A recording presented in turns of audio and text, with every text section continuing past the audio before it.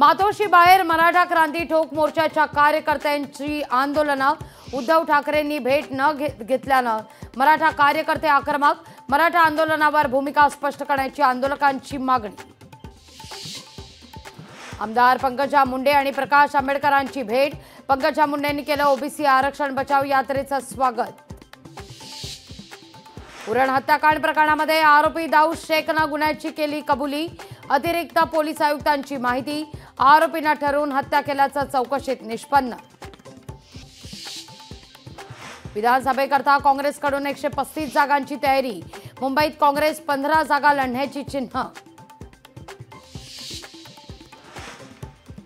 राष्ट्रवादीचे नेते नवाब मलिकांना सुप्रीम कोर्टाचा दिलासा। सुप्रीम कोर्टाकडून वैद्यकीय जामीन कायम। हायकोर्टाचा निकाल येईपर्यंत वैद्यकीय जामीन कायम। विधानसभा निवडणुकीत सावरकरांचा मुद्दा तापण्याची शक्यता। भाजप सावरकरांचा अपमानाचा मुद्दा समोर आणणार असल्याची सूत्रांची माहिती।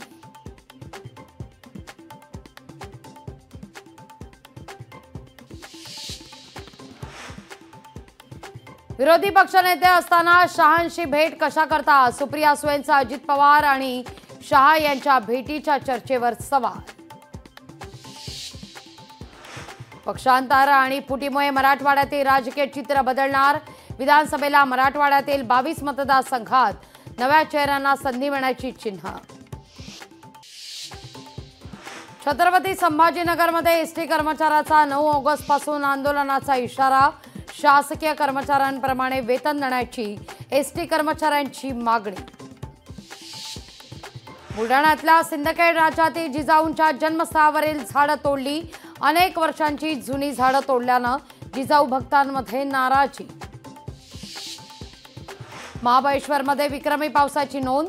महाबळेश्वरमध्ये आतापर्यंत 4000 मिलीमीटर पावसाची नोंद। मुंबई बँकेला 3 एकर जमीन का देण्यात येत आहे? पशुसंवर्धनाची जागा मुंबई बँकेला देण्यावरून विजय वडेट्टीवारांचा सवाल। अतिवृष्टीमुळे कर्जत तालुक्यातील 80 वर्ष जुन्या पुलाला भगदाड। अवजड वाहनाच्या भारामुळे पुलाचा एक भाग कधीही कोसळण्याची चिन्ह। हरिभाऊ बागडे उद्या राज्यपाल पदाची घेणार शपथ। हरिभाऊ बागडेंची राजस्थानच्या राज्यपालपदी नियुक्ती। यवतमाळमधल्या वसंतराव नाईक शासकीय रुग्णालयात डॉक्टरची दादागिरी। क्षुल्लक कारणावरून महिला डॉक्टरची रुग्णासोबत दादागिरी।